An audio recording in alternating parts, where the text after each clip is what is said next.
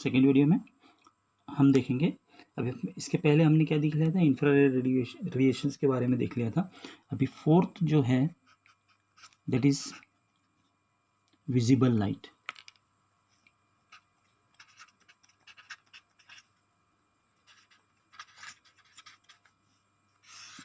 Okay, ये visible light जो है ये भी एक इलेक्ट्रोमैग्नेटिक स्पेक्ट्रम का एक पार्ट है जो ह्यूमन आई डिटेक्ट कर सकता है, मतलब ह्यूमन आई उसको देख सकता है।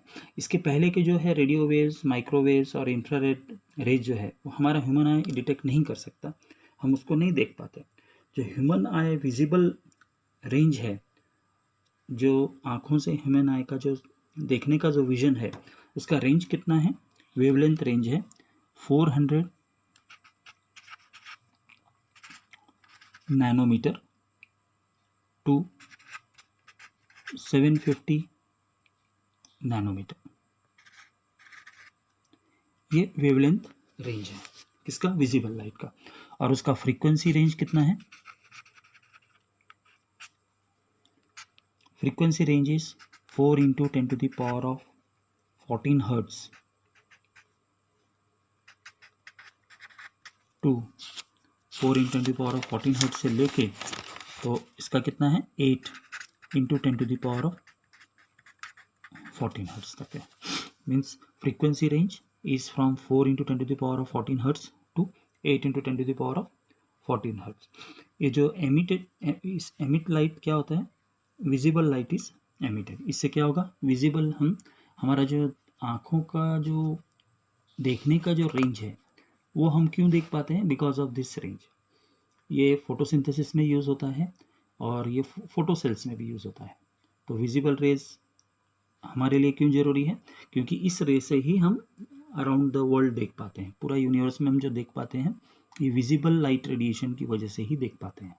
ओके, तो इसका वेवलेंथ रेंज कितना है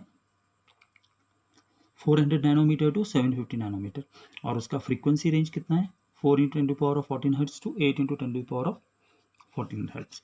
अब विजिबल लाइट के बाद जो आता है वो फिफ्थ है ultra violet rays. That is come what, ultra violet rays. ये जो अल्ट्रा वायलेट रेज है इसका वेवलेंथ रेंज कहाँ से कहाँ तक है 1 नैनोमीटर टू 400 नैनोमीटर तक है। ओके, उसका फ्रीक्वेंसी रेंज है, फ्रीक्वेंसी रेंज क्या है अल्ट्रावायलेट रेज का, फ्रीक्वेंसी रेंज जो है वो है 8 into 10⁻14 hertz to 3 into 10⁻17 hertz. तो फ्रीक्वेंसी रेंज अल्ट्रावायलेट रेडियस का इतना है 8 into 10⁻14 hertz to 3 into 10⁻17 hertz. उसके बाद these ultraviolet rays are produced by the hot bodies and electric arc lamp। ये जो जनरेट होते हैं ये hot bodies and electric arc lamps, इससे ही जनरेट होते हैं, इलेक्ट्रिक आर्क लैम्प। ओके, और सबसे नेचुरल जो है sun is the natural source, important natural source for ultraviolet radiations. Clear हो गया। इसके यूजेस क्या हैं, this is use to preserve the food stuff preserve करने के लिए यूज़ होता है। और जो जर्म्स हैं उसको किल करने के लिए अल्ट्रावायलेट रेडिएशन यूज़ होता है।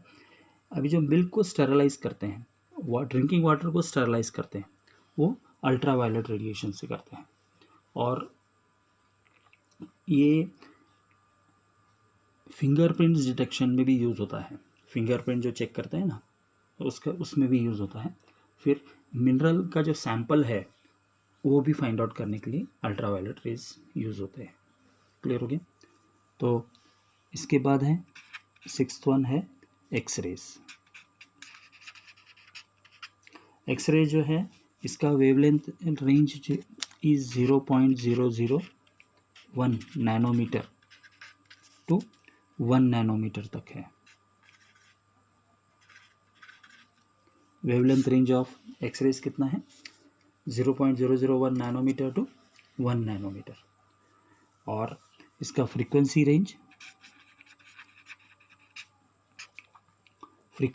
Is 3 into 10 to the power of 17 hertz, 3 into 10 to the power of 17 hertz to 3 into 10 to the power of 20 hertz। यहाँ तक ये इसका रेंज होता है। और एक्सरे जो है ये कहाँ पर जनरेट होते हैं? These are generated in x-ray tubes with high energy electrons, जिसमें कैथोड रेज जिसको हम कहते हैं। और एक्सरेज का सबसे ज़्यादा इम्पॉर्टेंट पॉइंट क्या है कि ये पेनिट्रेटिंग पावर एक्सरेज का बहुत ज़्यादा है। Since the x-rays are penetrating power is very very more, they are used in what? They are used in diagnostic of tools in medicine. इसके बाद फ्रैक्चर में बोन्स में जो फ्रैक्चर होने के लिए भी हम यूज़ करते हैं। फिर किसी भी फॉरेन बॉडीज़ अपने बॉडी में अगर कोई भी गया है तो उसको भी चेक करने के लिए यूज़ होता है।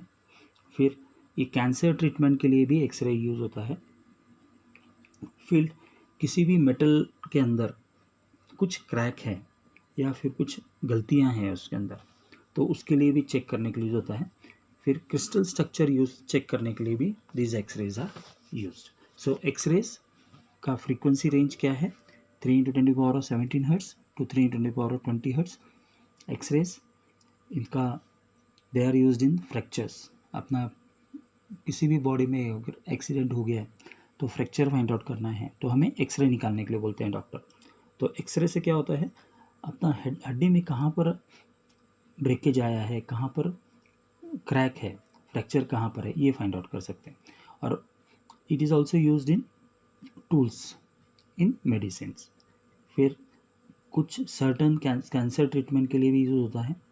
फिर मेटल्स के बारे में भी यूज़ होता है, उसके अंदर कोई इंटरनल क्रैक है वो भी फाइंड आउट कर सकते हैं। फिर इसमें क्रिस्टल स्ट्रक्चर को इन्वेस्टिगेट करने के लिए भी एक्सरेज आर यूज्ड। और उसके बाद है 7th one, this is called as the gamma rays. ये जो गामा रेज है इसका वेवलेंथ रेंज सबसे स्मॉल है। ओके, तो उसका वेवलेंथ रेंज कितना है गामा रेज का? 0.001 नैनोमीटर से भी स्मॉल रहता है। ओके, वेवलेंथ रेंज किसका है? Wavelength range is less than 0.001 nanometer. और इसका फ्रीक्वेंसी रेंज कितना है? Frequency range is 3 into 10 to the power of 20 hertz। Okay, they are more than, इनका फ्रीक्वेंसी कितना रहता है? 3 into 10 to the power of 20 hertz से भी ज़्यादा रहता है। So frequency hertz, this frequency of this gamma rays are greater than 3 into 10 to the power of 20 hertz। और ये जो गामा रेज हैं these are emitted by the radioactive nuclei and produced in nuclear reactions। जो भी nuclear reactions होते हैं उसमें ये प्रोड्यूस होते हैं, न्यूक्लियर रिएक्शंस में ये जनरेट होते हैं गामा रेज। ओके, एंड ये किसके लिए होता है? these are also used in medicines and they are also used in cancer cells। Destroy the cancer cell को डिस्ट्रॉय करने के लिए भी ये यूज़ होते हैं। तो गामा रेज क्या है? सबसे छोटा और सबसे कम वेवलेंथ रेंज है, स्मॉलेस्ट वेवलेंथ रेंज। तो हमने क्या देखा है, ये जो स्पेक्ट्रम है, this spectrum we have taken from highest wavelength to lowest. इसको हम लोएस्ट टू हाईएस्ट भी अरेंज कर सकते हैं। और वो कैसे अरेंज होगा? Gamma, X rays, ultraviolet rays, visible rays, infrared rays, microwaves and radio waves. So इसको याद रखना है तो कैसे आएगा? इसका एक्रोनाइम किया हुआ है। कैसे इसका एक्रोनाइम क्या है? Ganguly's team except Yuvraj visited Irfan's marriage with Radha. तो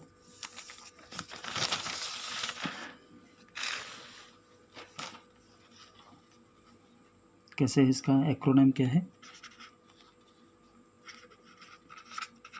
गांगुलीज टीम, एक्रोनाइम है याद रखने के लिए, एक्सेप्ट